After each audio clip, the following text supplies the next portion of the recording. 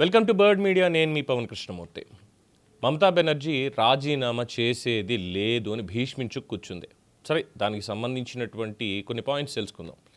పశ్చిమ బెంగాల్ రాజకీయాల్లో తాజా పరిణామాల మీద వస్తున్న ఈ కథనం ఎంత సంచలనంగా మీకు వినిపించినా ఇది వాస్తవ పరిస్థితులకి దూరంగా ఉన్న ఒక అటాక్ నెరేటివ్లా కనిపిస్తుంది. ముఖ్యంగా మమతా బెనర్జీ వంటి అనుభవజ్ఞురాలు, ఎన్నో ఒడిదుడుకులు చూసిన నాయకురాలు, ఎన్నో పోరాటాలు చేసిన నాయకురాలు ఎన్నికల ఫలితాలని పూర్తిగా తిరస్కరించి ఇప్పుడు నేను రాజీనామా చెయ్యను అని ప్రకటించడం ఇదేమీ సాధారణ విషయం కాదు.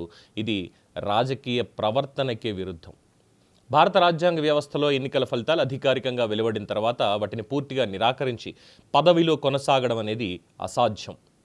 కానీ తృణమూల్ కాంగ్రెస్ ఓటమిని చవిచూసిన సందర్భంలో ఆ పార్టీ తదుపరి వ్యూహం సాధారణంగా న్యాయపరమైన సవాళ్లు లేదా రాజకీయ పునర్నిర్మాణం వైపు ఉంటుంది. కానీ ఈవీఎంలు పూర్తిగా చోరీకి ఉపయోగపడ్డాయి అనే ఆంధ్రప్రదేశ్ వైసీపీ నెరేటివ్నే బెంగాల్లో కూడా ఆరోపణలు చేస్తూ అదే సమయంలో అధికారాన్ని వదులుకోకుండా ఉండటం అనే కలయిక రాజకీయంగా కూడా నిలబడదు, చట్టపరంగా కూడా నిలబడదు, రాజ్యాంగపరంగా కూడా నిలబడదు. ఎన్నికల వ్యవస్థ మీద అభ్యంతరాలు ఉంటే వాటిని కోర్టుల్లో సవాల్ చేయడం ఒక మార్గం, కానీ అది పదవిలో కొనసాగే హక్కును ఆటోమేటిక్గా ఇవ్వదు. ఇది తెలీదా? ఇక్కడ రాజ్యాంగపరంగా విషయాలు చాలా స్పష్టంగా ఉన్నాయి. ఒక ముఖ్యమంత్రి సభలో మెజారిటీ కోల్పోతే గవర్నర్ ముందు నిరూపించుకోవాల్సిందే. అది సాధ్యం కాకపోతే పదవిలో కొనసాగడం అనేది అసాధ్యం. గవర్నర్ జోక్యం చేసుకొని ఫ్లోర్ టెస్ట్కి ఆదేశించవచ్చు. విఫలమైతే ప్రభుత్వం పడిపోతుంది. ఈ నేపథ్యంలో రాజీనామా చెయ్యను, అయినా పదవిలోనే ఉంటాను అనే స్థానం ఎక్కువ కాలం నిలవదు. అవసరమైతే article 356 of the constitution of India ప్రకారం కేంద్రం జోక్యం చేసుకునే అవకాశం కూడా ఉంటుంది. That's the last option. Bharatiya Janata party ప్రభుత్వం ఏర్పాటుకు సిద్ధమవుతుండగా మరోవైపు ఫలితాలను తిరస్కరించడం వంటి స్టాండ్ తీసుకోవడం రాజకీయంగా ఆ పార్టీకి ప్రయోజనం కలిగించేలా కూడా మారచ్చు. ఎందుకంటే అది ఓటమిని అంగీకరించలేని పార్టీగా ప్రతి చిత్రాన్ని బలపరుస్తుంది. మొత్తానికి ఈ కథనం రాజకీయంగా అటాక్ మోడ్లో ఉన్న ఒక హైపోథెటికల్ సన్నివేశంలో ఉంది కదా. వాస్తవ రాజకీయాల్లో ఎంత పెద్ద నాయకుడైనా నాయకురాలైనా సరే రాజ్యాంగ పరిమితులను దాటి పదవిలో కొనసాగడం సాధ్యం కాదు. కాబట్టి ఇది ప్రాక్టికల్ రియాలిటీ కంటే రాజకీయ ప్రచారానికి దగ్గరగా ఉన్న వాదనగా చూడడం సమంజసం. సరే, సీరియస్గా మాట్లాడుకున్నాం కాబట్టి కూర్చొని జోకేసుకుందాం. చిన్నప్పుడు క్రికెట్ ఆడుకుంటాం కదండి పిల్లలు. బ్యాటింగ్ చేసేటప్పుడు పొరపాటున అవుట్ అయ్యాం అనుకోండి, ఏం చేస్తాం? లేదు, నేను నాట్అవుట్ నేను ఆడతానంటాను చూసారా. ఇంత వయసు వచ్చి ఇంత ఎక్స్పీరియన్స్ ఉన్న దీదీ కూడా చిన్నపిల్లల్లాగే తూచి నేను రాజీనామా చేయను, నేను సీఎం సీట్లోనే కూర్చుంటాను.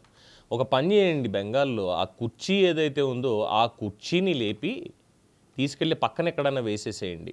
ఎలాగో ఓడిపోయింది కాబట్టి ఇంట్లోనే ఖాళీ ఉండాలి, సభలోకి అడుగు పెట్టడానికి అవకాశం లేదు. సో తీసుకెళ్ళి ఆ కుర్చీని ఇంట్లో ఇచ్చేస్తే రోజు అందులో కూర్చొని నేనే సీఎం అని చెప్పి చప్పట్లు కొడుతుంటుంది. జోగా ఉంది కదా. But there is a serious matter behind this. Didi ఎందుకు రాజీనామా చేయదో తెలుసా? బికాజ్ తను సారీ చెప్పింది. ఎక్కడ సారీ చెప్పింది అనేది ఒకసారి ఈ వీడియో చూద్దామా. I'm sorry for what I've done to you. Sorry for all those instances when I stood against you. I'm sorry for saying that in the Park Street gang rape case, the victim was at fault. I'm sorry for supporting the rapist Sheikh Shah Jahan during the systematic sexual assault, the gang rape of women. I'm sorry that I supported him. I'm sorry that I tried to do a cover-up in the RG Kaur Medical College case. I'm sorry that I told my people to, in fact, go there and destroy the evidence so that the rapist could have been protected. Should have said, I'm sorry for the violence and the riots targeting Hindus in Bengal repeatedly. I'm sorry for Hindus being targeted during the Kolia Chowk riots.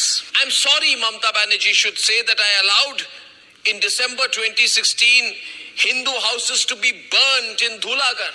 She should say to the Hindus in Bengal that I'm sorry that under my watch, North Chobbish Pargana, there were communal riots in Boshirhat targeting Hindus, and Hindus were consistently targeted, including in 2018 in Asansol, Raniganj. I'm sorry that Ram Navami processions were targeted. I'm sorry that Ram Navami processions were targeted in Howrah, in Uttar Dinajpur in 2023. I'm sorry that Hindu sadhus were attacked in Purulia. I'm sorry that Hindu sadhus returning from Ganga Sagar were targeted, and I, because I could not stand up for the Hindus, decided to make this an attitude and an opportunity to do Hindu-Muslim hardliner appeasement.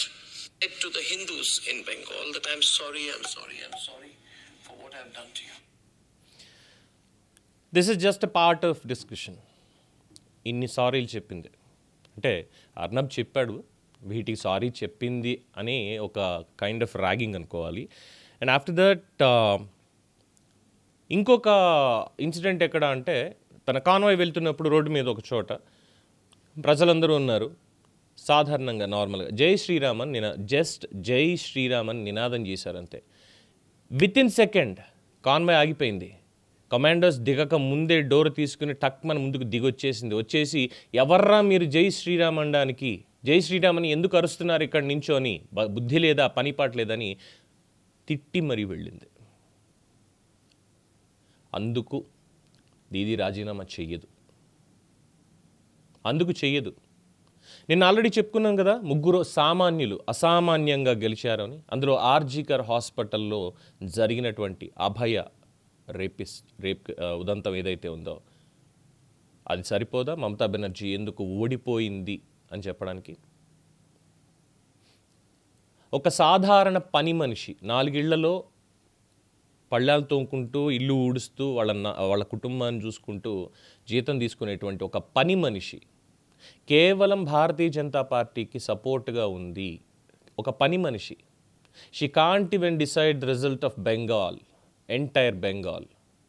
ఆమె ఎవరో కూడా సమాజానికి తెలీదు. కానీ దాదాపుగా ఇన్నేళ్ల పాటు ప్రతిరోజు నరకం చూసింది, వేధింపులు ఎదుర్కొంది, వివక్షను ఎదుర్కొంది.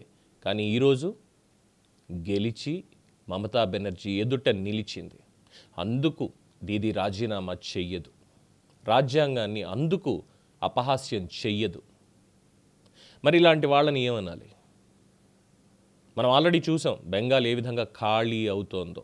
చాలామంది అంటున్నారు అదేదో మీటింగ్కి వెళ్ళి వచ్చారు, ఇంకెవరు లేరు చూసుకోండి అని. వాళ్ళ కళ్ళకి ఏమైనా సైట్ ఉందో లేదు మనకైతే తెలియదు. But the change is happening. బెంగాల్లో ఎన్నికల్లో ఇక్కడ బీజేపీ గెలవడం అనేటువంటి ఒక పాయింట్ దగ్గర there is a national security issue కూడా ఉంది. అదేంటనేది త్వరలో మాట్లాడుకుందాం. దీని మీద మీ అభిప్రాయం తెలియచేయండి. చూస్తూనే ఉండండి ది బర్డ్ మీడియా.